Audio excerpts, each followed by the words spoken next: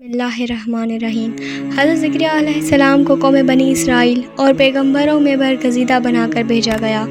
آپ علیہ السلام اللہ تعالیٰ کے معزز اور جمیل القدر پیغمبروں میں سے ہیں۔ ایک روایت میں ہے کہ حضرت زکریا علیہ السلام حضرت داؤد علیہ السلام کی اولاد میں سے تھے، اور دوسری روایات میں ارمیہ کی اولاد میں سے تھے۔ بیان کیا جاتا ہے کہ دن گزرتے گئے ابراہیم اور یعقوب کی نسل سے کچھ نیک لوگ پیدا ہوئے، جن کو آل عمران کے نام سے یاد کیا جاتا ہے۔ اللہ تعالیٰ نے سورہ آل عمران میں فرمایا، خدا نے آدم اور نوح اور خاندان ابراہیم اور خاندان عمران کو تمام جہان کے لوگوں میں منتخب فرمایا۔ ان میں سے بعض کی اولاد تھے، اور خدا سننے والا اور جاننے والا ہے۔ حضرت زکریا علیہ السلام کی بیوی حضرت یحییٰ علیہ السلام کی والدہ اور حضرت مریم علیہ السلام کی والدہ حنا دونوں حقیقی بہنیں تھیں، جبکہ حضرت زکریا علیہ السلام رشتے میں حضرت مریم علیہ السلام کے خالو لگتے تھے۔ حضرت عمران علیہ السلام کی بیوی نے منت مانی تھی کہ جو بچہ پیدا ہوگا اسے بیت المقدس کی خدمت کے لیے وقف کر دے گی۔ حضرت مریم علیہ السلام کی پیدائش کے بعد جب انہیں بیت المقدس میں لایا گیا تو ان کی کفالت کی ذمہ داری اللہ تعالیٰ نے حضرت زکریا علیہ السلام پر ڈالی۔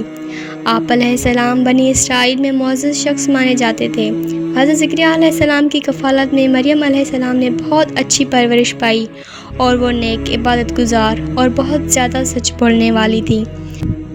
سورہ آل عمران میں ارشاد ہوا، تو پروردگار نے اس کو پسندیدگی کے ساتھ قبول فرمایا اور اسے اچھی طرح پرورش کیا، اور زکریا کو ان کا متکلف بنایا۔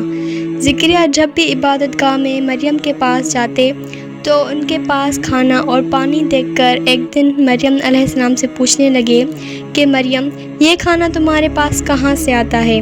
وہ بولی، خدا کے ہاں سے آتا ہے، بے شک خدا جسے چاہتا ہے بے شمار رزق دیتا ہے۔ بخاری مسلم کی حدیث ہے کہ آپ صلی اللہ علیہ وآلہ وسلم نے فرمایا، وہ مریم علیہ السلام اپنے زمانے میں سب سے افضل عورت تھی، اور اس امت میں خدیجہ رضی اللہ تعالیٰ عنہ سب سے افضل عورت ہیں۔ حضرت زکریا علیہ السلام نے جب حضرت مریم علیہ السلام کی فضیلت دیکھی تو ان کے دل میں بھی اولاد کی خواہش پیدا ہوئی، کیونکہ اس وقت تک آپ بے اولاد تھے، جبکہ آپ کی عمر اس وقت 100 سال سے زیادہ تھی اور آپ کی بیوی 90 سال کی تھی۔ اولاد کی شدید تمنا کے باعث انہوں نے اللہ تعالیٰ سے مدد مانگی، جس کا ذکر یوں آتا ہے۔ ترجمہ: یہ تمہارے پروردگار کی مہربانی کا بیان ہے جو اس نے اپنے بندے زکریا پر کی، جو میری اور اولاد یعقوب کی میراث کا مالک ہو، اور اے میرے پروردگار اس کو خوش اتوار بناؤ۔ زکریا علیہ السلام اپنے دور میں اکیلے ہی نبی تھے۔ ان کے دور میں اصحاب و رشتہ دار میں کوئی قابل آدمی نہ تھا، تو ہم نے ان کی پکار سن لی اور ان کو یحییٰ بخشا، اور ان کی بیوی کو حسن معاشرت کے قابل بنا دیا۔ یہ لوگ لپک لپک کر نیکیاں کرتے تھے، اور ہمیں امید سے پکارتے اور ہمارے آگے عاجزی کیا کرتے تھے۔ حضرت زکریا علیہ السلام یہ سن کر خوش ہوئے اور حیران بھی، کہنے لگے، پروردگار، میرے یہاں کس طرح لڑکا ہوگا، جس حال میں میری بیوی بانجھ ہے اور میں بڑھاپے کی انتہا کو پہنچ گیا ہوں۔ اللہ تعالیٰ نے جواب دیا، حکم ہوا، اسی طرح ہوگا۔ تمہارے پروردگار نے فرمایا ہے کہ مجھے یہ آسان ہے کہ میں پہلے تم کو بھی پیدا کر چکا ہوں اور تم کچھ چیز نہ تھے۔ حضرت زکریا علیہ السلام نے عرض کیا، اے میرے پروردگار، میرے لیے کوئی نشانی مقرر فرما دیجیے۔ فرمایا، نشانی یہ ہے کہ تم صحیح و سالم ہو کر 3 دن و رات لوگوں سے بات نہ کر سکو گے۔ جب اللہ تعالیٰ نے نشانی ظاہر کی، چنانچہ جب وہ وقت آیا کہ آپ علیہ السلام بول سکتے تھے مگر بول نہ پائے، اور صبح و شام اللہ تعالیٰ کی عبادت میں مصروف رہتے، یہ نشانی تھی کہ ان کے یہاں بچہ پیدا ہونے والا ہے۔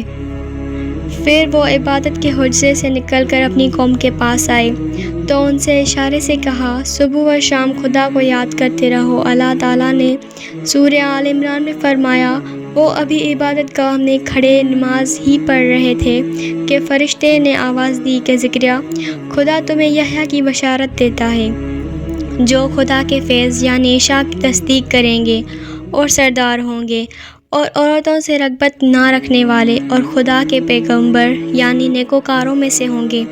اللہ تعالیٰ نے انہیں یحییٰ کے روپ میں انتہائی فرما بردار، نیک، صالح، پرہیزگار اور عبادت گزار بیٹا عطا کیا۔ حضرت زکریا علیہ السلام اللہ تعالیٰ کا شکر بجا لائے اور قوم بنی اسرائیل کو نصیحت کرتے رہے۔ بنی اسرائیل کی خباثت۔ جب بنی اسرائیل نے حضرت زکریا علیہ السلام کو مارنے کا قصد کیا تو آپ نے ظالموں سے بچنے کے لیے ایک درخت کے کھوکھلے تنے میں جاتے ہوئے دیکھا۔ جب وہ وہاں پہنچے تو آپ کو کہیں نہ پایا۔ اتنے میں لوگوں کے پاس شیطان آیا اور بتایا کہ جس کو آپ تلاش کر رہے ہیں وہ یہاں ہے۔ اس کے بعد آپ کو شہید کر دیا گیا۔ انسان کتنے ہی بلند و بالا مقام پر پہنچ جائے اور اللہ کے ساتھ اسے زیادہ قرب حاصل ہو جائے تب بھی وہ اللہ کا بندہ ہی رہتا ہے، اور کسی بھی بلندی پر پہنچ کر وہ اللہ یا اللہ کا بیٹا نہیں ہو سکتا، نہ اس کا شریک ہو سکتا ہے۔ اللہ جل شانہ کی ذات پاک ہے، وحدہ لا شریک ہے اور باپ بیٹے کی نسبتوں سے پاک ہے۔ لہٰذا ہمیں اپنے آپ کو لمحہ لمحہ گمراہی سے بچانا چاہیے تاکہ اللہ کی پکڑ سے بچے رہیں۔ اس لیے ہمیں ایمان کی مضبوطی حد درجہ لازم ہے۔ ایمان کے لیے لازم ہے کہ اس کے ساتھ اسلام بھی پایا جائے۔ اسی طرح حقیقی اسلام کے لیے شرط ہے کہ اس کے ساتھ ایمان بھی ہو۔